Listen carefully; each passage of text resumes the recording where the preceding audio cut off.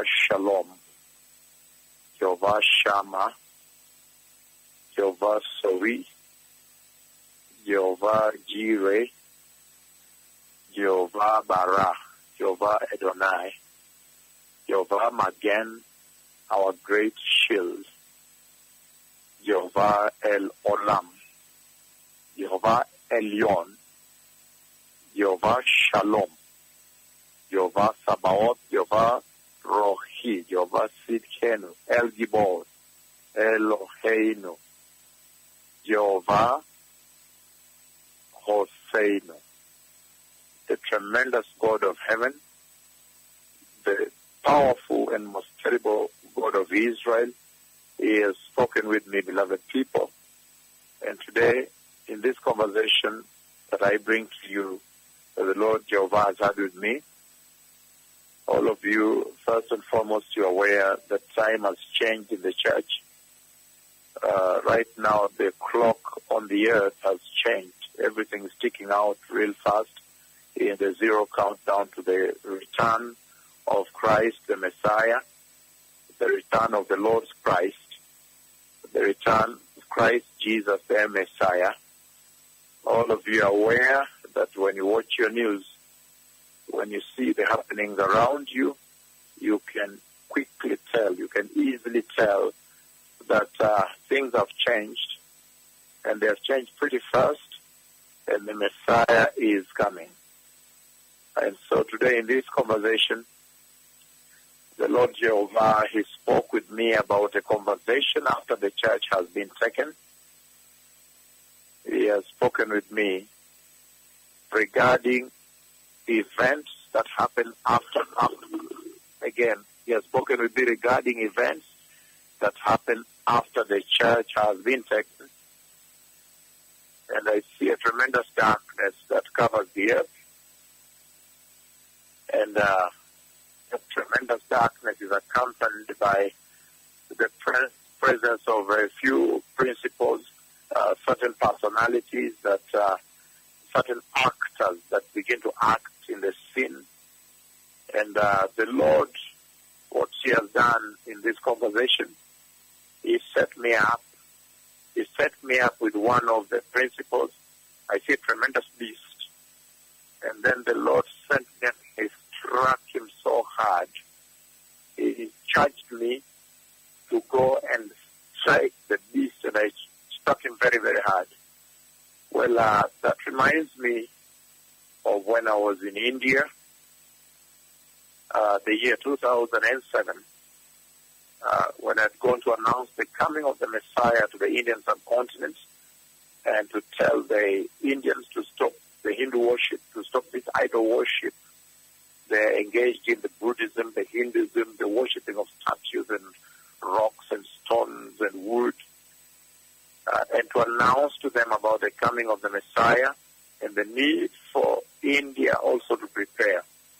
And then the Lord spoke with me at that time. The time was over. Time was fast running out.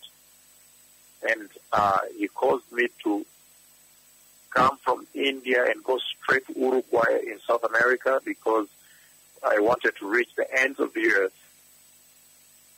And on my way to Uruguay, this conversation tonight reminds me of that conversation the Lord gave me on the way to Uruguay, where He presented a beast, a tremendous beast, and that beast charged at me, and then the Lord charged me against that beast. And I remember that I struck him. The Lord gave me something on my right hand. I struck him very hard on the head, to the extent that when he fell, he actually fell and faced back. He turned 180 degrees and faced back where he was coming from, charging from. And he fell lying there. He got wounded in the head and he died. And that's a message that was churned out at that time. But this night, the Lord showed me the great darkness that consumes the earth. And then He set me up against the beast. And I struck him very hard. I struck him extremely very hard. And the message the Lord is bringing to the church is that right now, Jehovah is engaged in the conversation beyond the rapture.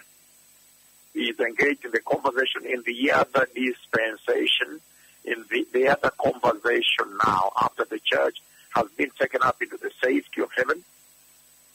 And so this hour the Lord has sent me to speak to the nations of the earth and to the church, to tell them to prepare the way for the coming of the Messiah, and to tell them that wisdom and prudence dictates that you stay away from the conflict that is about to happen on the earth. As you can tell, the way the conflict is shaping up, it is going to be tremendous. It's going to be unspeakable conflict you don't want to see with your eyes. And I've seen this conflict several times. The Lord has presented me into this scene, and there was a tremendous clash, turning of the waters into blood and water. There's no water to drink, people drinking blood, and it's just tremendous earthquakes and diseases. You don't want to be there.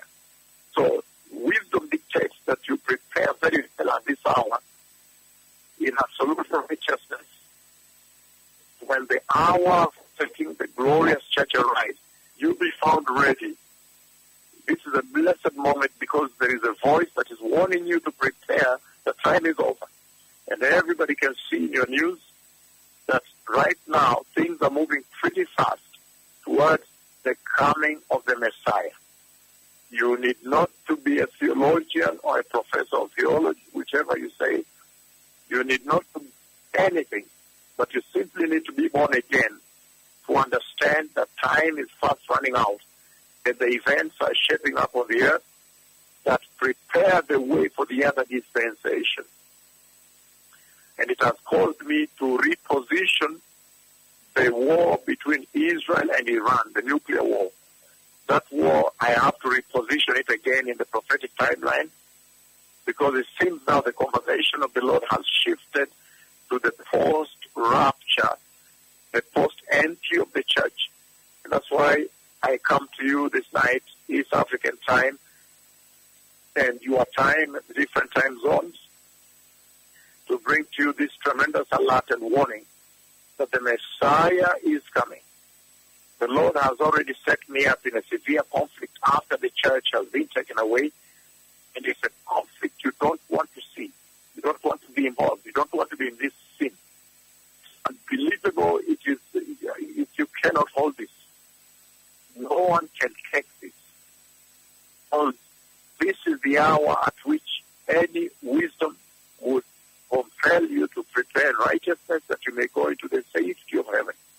The safety in which the elect of God, the righteous of the Holy Church, will enjoy when things break into mayhem on this side. I have seen that conflict severally. The Lord has placed me in the conflict. I've participated. It's a tremendous sin you don't want to get involved in. And the Lord is loving the church by these warnings that please stay away from this. Stay totally away from this conflict.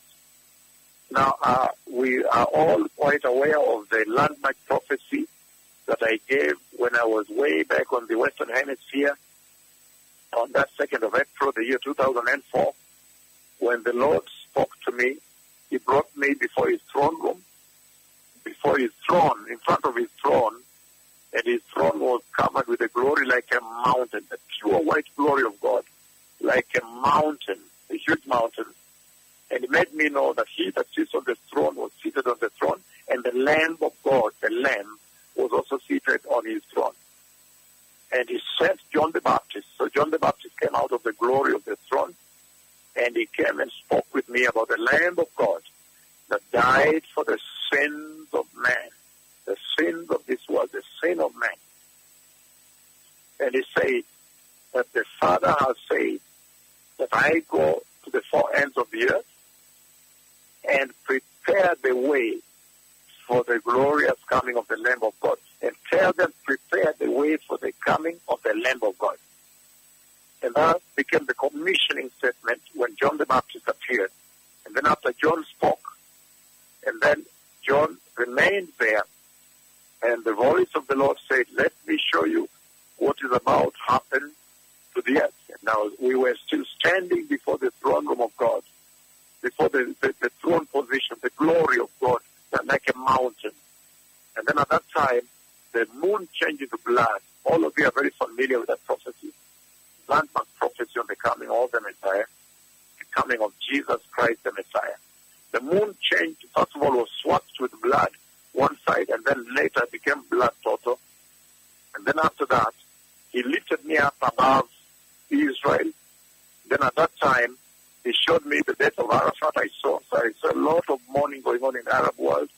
And then after that, he showed me the two changes of leadership that will take place in Jerusalem.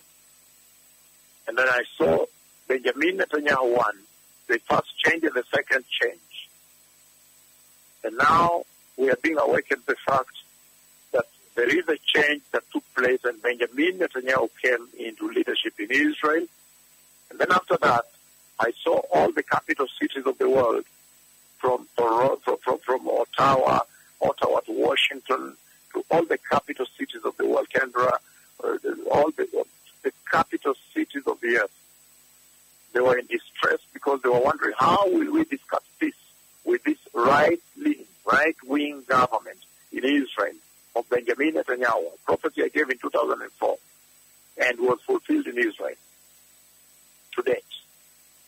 And so I saw the distress among the capital cities, wondering how they would engage with the right-wing government in Israel regarding the peace of Palestine. And yes, you see now, Victor Lieberman, they came in, became the foreign minister, and then there was that distress, that anxiety across the capitals of the world. Those things became fulfilled. And then at one point I saw a lot of Christians going into Jerusalem, taking place in Jerusalem. That also took place during the anniversary, the celebration of the anniversary of Israel. The 50th anniversary of Israel. And then after that, the Lord brought me back before the throne, and I found that John the Baptist was still there. And then I saw John the Baptist transfigured and glorified. And when I checked on my garment, I was also transfigured and glorified. And then at that time, John the Baptist, after the second change of leadership in Israel, in Jerusalem, he raised, he stretched forth his right hand and said, "Behold the Lamb of God." And John the Baptist walked towards me and it disappeared in me. And when I looked this way, I saw the most glorious Lamb of God coming from the throne of God. And so that made me understand that the coming of the Messiah would revolve around some key prophetic events in Jerusalem, in Israel. And right now we see that there is a likelihood that Benjamin Netanyahu is on his way out. So we understand that the first change of leadership was Benjamin Netanyahu coming into the leadership of Israel. And then the second change, now we understand his end. So everybody knows that at this hour, things are moving pretty fast. The Lord is building a construct. You can see the paradigm that he's putting in place for post-rapture, beyond the rapture, beyond the taking of the church. And so I have seen a tremendous clash, with tremendous fights with the Beast, and the Lord. He set me up and I struck him very, very, very hard, extremely hard. It was a serious strike. So the Messiah is coming, beloved people. This is he of whom the scriptures wrote. The Bible wrote and promised until he came that he would send a messenger, a voice of one calling out to the wilderness, prepare ye the way of the Lord. Be in right standing with the Lord. Bring down the mountains of immorality and decay and apostasy in your heart.